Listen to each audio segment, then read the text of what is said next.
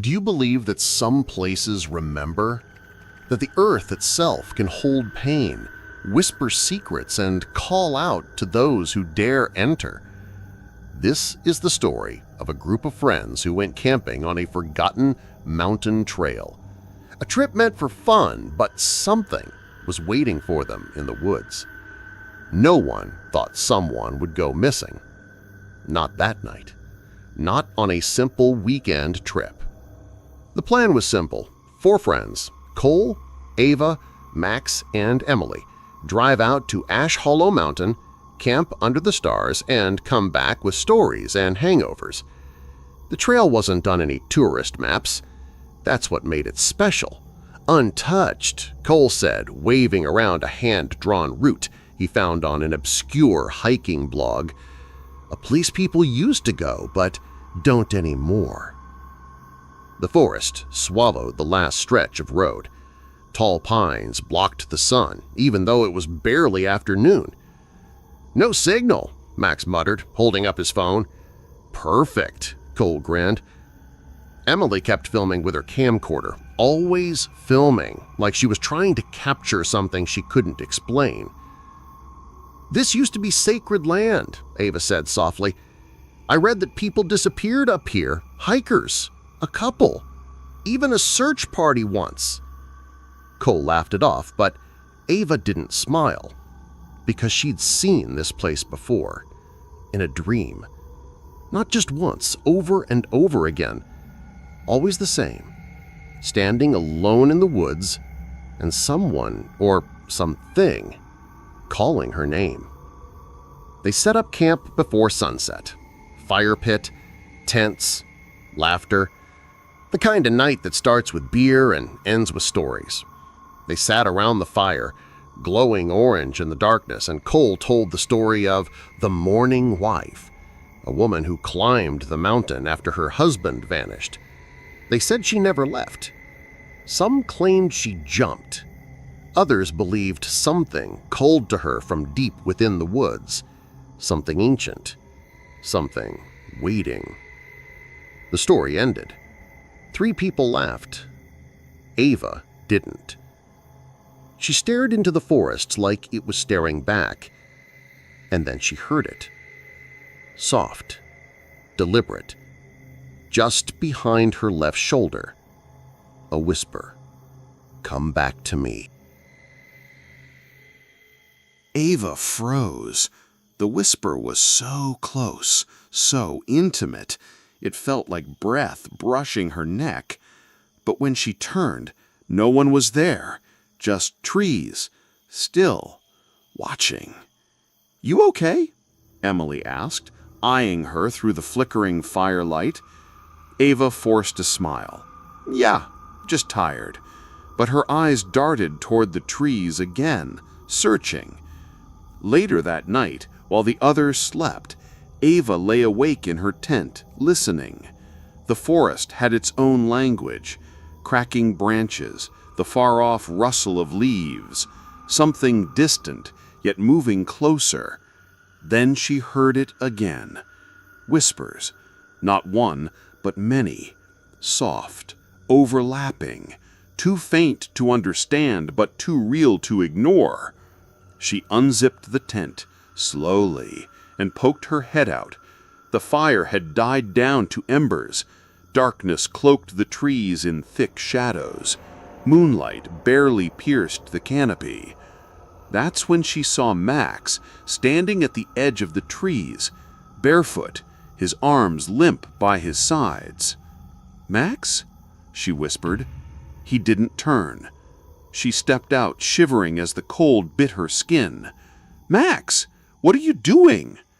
Still nothing, just silence. Then he moved, one step forward into the woods, then another, like he was sleepwalking or being led. Ava ran to him, grabbing his arm. He snapped awake, blinking wildly. "What the hell? Ava? You were out here, walking!" He looked around, disoriented. "No, I was in my tent. I just had this dream, a woman, crying." Ava's voice dropped. "She whispered to me earlier, said, 'Come back to me.'" Max paled. They returned to camp silent. The others were still asleep, unaware. But not for long, because by morning, Emily was gone. Tent unzipped, her camera still running, battery almost dead. The last recording? Just static. Then, a faint voice, barely audible. "Emily, Emily, come with me." The sun broke through the pines, casting long golden spears across the campsite, but nothing could warm the cold pit in Ava's stomach. Emily's tent was wide open, her backpack still inside. Her shoes were gone. "She wouldn't just walk off barefoot," Max muttered, his voice hoarse. They huddled around their camera, the screen flickering as they replayed the last recording. First, static, then shapes, shadowy, glitching. Then, a sound. A whisper, warped and garbled, but unmistakably human. "Emily, come with me." It was followed by a long silence, and then the unmistakable sound of footsteps leaving the tent. Ava rewound the clip and froze the frame. Just before the screen turned to black, something, a face, appeared at the edge. Pale, hollow-eyed. Not Emily. "What the hell is that?" Tyler whispered, eyes wide. They split up to search, calling Emily's name through the trees, voices bouncing off trunks like echoes in a grave. No response. Just wind and silence. Then Max found something. Torn fabric, Emily's hoodie snagged on a broken branch deep in the woods. Beneath it, a trail of footprints, too shallow to follow for long. They just stopped, as if she vanished mid-step. Back at camp, tension simmered. The fire remained cold. No one wanted to admit what they were thinking. "This place is wrong," Ava finally said. "Something's waiting." Tyler shook his head. "It's just panic. We'll find her. People get lost all the time." But that night, no one slept. And sometime past midnight, Max woke screaming, his arms covered in scratches, bleeding. "She was standing over me!" he yelled. "She was right there, crying, whispering, saying she's cold, she's alone." He trembled. "She kept saying, 'He left me to die!'" The group stared at each other, afraid to ask the obvious question. Who? Who left her to die? And more importantly, was she really dead? The morning air was thick with dread.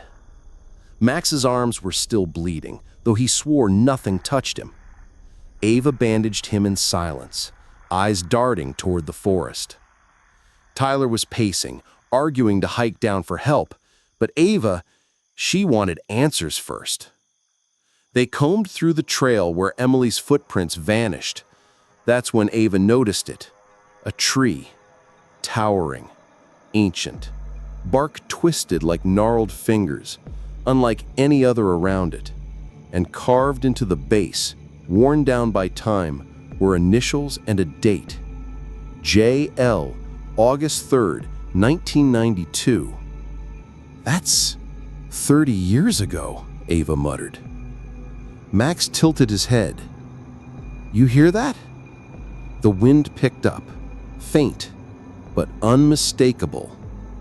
A child's voice, laughing. No one else laughed. Back at camp, they searched online using Tyler's hotspot. It took hours, but Ava found something. Teenage girl missing in Devil's Hallow, 1992. The article showed a faded photo. Long dark hair, sad eyes. Jessica Lee, age 17. Went missing during a church youth hike. Never found. What the hell? Max whispered. That face. It's her. It's the one in the camera. Ava kept scrolling. A local legend resurfaced in the comments. They say Jessica's spirit never left the mountain. She died in the cold, waiting for help that never came. And then another chilling post. Don't camp near the old pine. That's where she waits. She thinks every girl is her. She wants someone to take her place. The group sat in stunned silence. The fire crackled, but it didn't feel warm. She thinks Emily is her? Tyler asked. Ava's voice was quiet.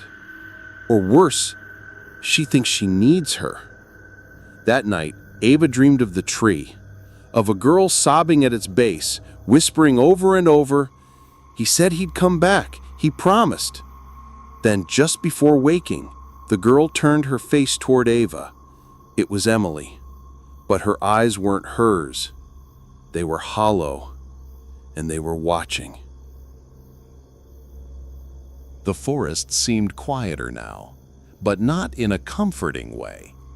It was a silence that pressed against your skin, the kind of silence that waited for something to break it. Ava couldn't sleep. She stared at the tree, its twisted branches clawing at the stars. Somewhere behind it, Emily was still missing, and Ava felt like time was running out. She pulled out her phone, still connected to the fragile signal. She dove deeper into Jessica Lee's case. The article was brief, but the comments held more than the police ever released.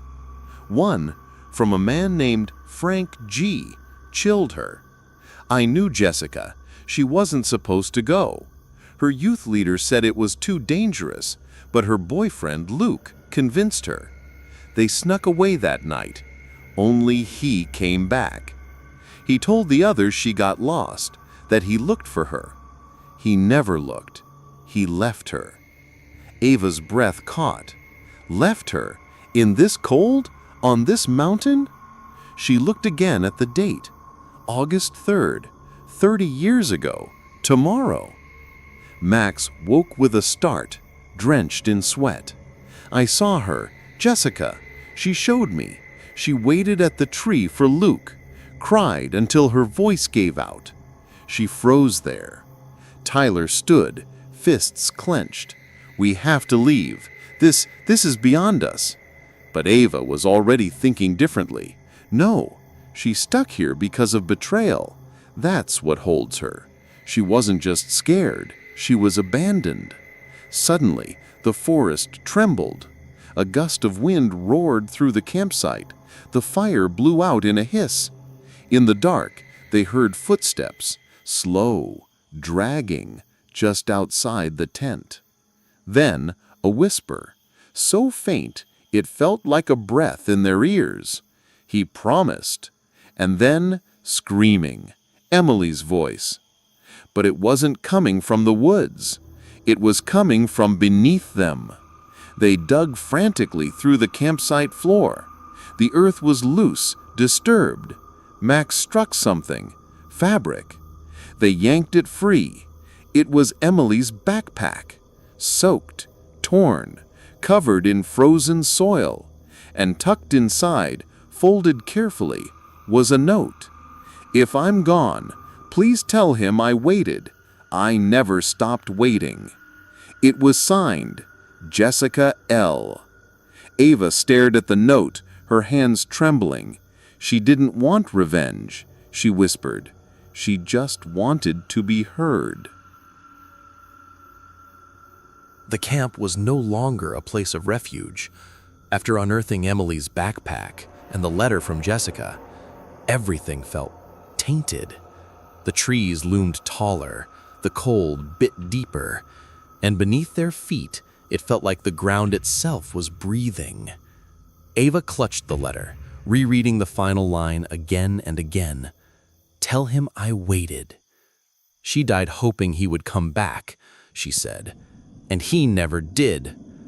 Tyler paced nearby. Even if we wanted to help, how?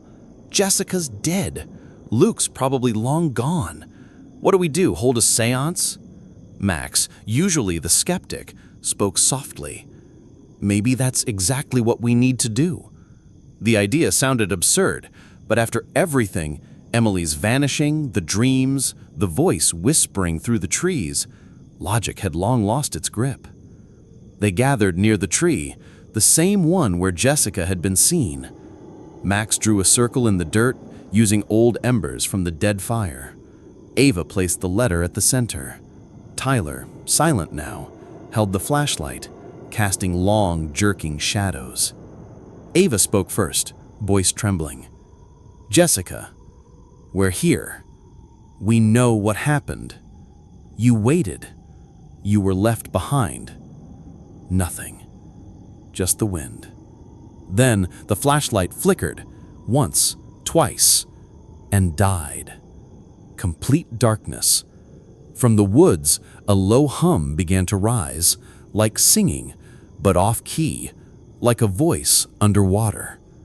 And then, Emily's voice. She showed me. Iva gasped. Emily? She showed me everything. Emily stepped into the clearing. Her eyes were wide, distant, like she had stared into something she couldn't unsee. She wasn't angry. She was lonely. Her last breath wasn't a scream. It was a whisper. She kept whispering his name, even as the cold took her. Max swallowed hard. Luke. Yes, Emily nodded slowly. But Luke never came back because he never made it off the mountain either. Silence. What do you mean? Ava asked. Emily turned toward the tree and pointed. She showed me where he is. A chill settled over them like ice in their lungs. You're saying he died here too? Tyler asked. Emily's face twisted into something between fear and awe. No, she said. She kept him here. The forest didn't breathe. It watched. Emily stood motionless, her fingers still pointing toward the dark slope behind the pine. No one dared speak. The fire had long since died, but no one moved to relight it. The cold wasn't just physical now, it came from within. Emily was the first to step forward. "Show us," she whispered. Emily led them along a narrow deer trail, winding deeper into the mountain's shadow. The fog returned, thicker than before, curling between the trunks like smoke from a smothered flame. At the base of a twisted old tree, half buried under roots and moss, lay a mound. It wasn't marked by a cross or a stone, just a rusted chain bracelet half sunk into the earth. Luke's. Max dropped to his knees, brushing away dirt, and there it was, a skull, split along one side, fractured, broken. He had been struck. Emily's voice cracked. He tried to leave her.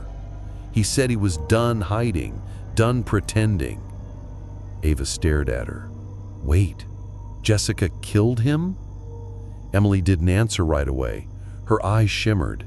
No, she didn't want to. But when he said he was leaving her, that he'd expose everything, she panicked. Max's voice lowered. Everything like what? Emily swallowed hard. Jessica wasn't just a runaway.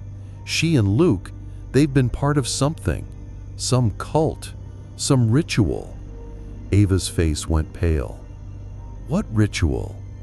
She never told me, just that there was a promise, a pact, and Luke broke it. Emily stepped back from the grave. She slit his throat right here, and when the others found out, they left her behind, said she'd ruined the balance. She died alone, whispering his name into the dark. Suddenly a sound, snapping twigs, a low hum rising through the trees, that same off-key melody growing louder, closer. Tyler swung his flashlight around. Nothing. Then Emily turned to them, eyes wide with terror. "She's coming." A soft voice echoed behind them. "You dug too deep." They turned as one, and for a moment, just a heartbeat, Jessica stood among them, her face hollow, lips trembling with sorrow. Blood dripped down her neck like ink. She raised one hand. "I didn't want to be forgotten," and vanished. The ground trembled. The forest screamed. The clearing trembled. Jessica's ghost had vanished, but her presence lingered, thick in the air, pressing down like a thundercloud just before it breaks. No one spoke. Tyler's flashlight flickered and died. They stood around Luke's shallow grave, frozen. But Ava knew it wasn't over. "We need to burn it," she whispered. "The grave, the bracelet, everything." Max shook his head. "She'll kill us before we finish." Emily stepped forward, her voice firm. "No, she wants it. She wants to be remembered and let go." Ava knelt and placed the bracelet on a bundle of dry pine and torn pages from Emily's old journal. Max poured the last of their lighter fuel. Tyler struck a match. The fire caught, bright, hot, wild. As the flames roared, a low wind howled through the trees like a scream trapped in time. The light danced across the faces of the four friends. Emily stared into the fire, whispering, "Forgive him and forgive yourself." Then, from behind the flames, Jessica appeared. No longer grotesque, not twisted or blood-stained, just sad. Her eyes met Ava's. "Thank you." She stepped into the fire. The woods exploded with wind, the trees groaning like they'd held their breath for decades. The fire surged upward, licking the sky in a final burst of golden flame. And then, silence. Total, absolute silence. Jessica was gone. So was the heaviness. The forest exhaled. By dawn, the campsite looked unchanged, except for the scorched ring of earth where they'd burned the grave. No one spoke during the hike back. No one needed to. Back home, days passed. Emily moved out of town. Tyler deleted every photo. Max never camped again. But Ava? She kept one thing. The chain bracelet, now blackened, tucked into a box beneath her bed. And every now and then, when the wind howled through her windows at night, she'd hear a voice, faint, almost kind. "I remember." Because some stories don't end. They just wait to be told again.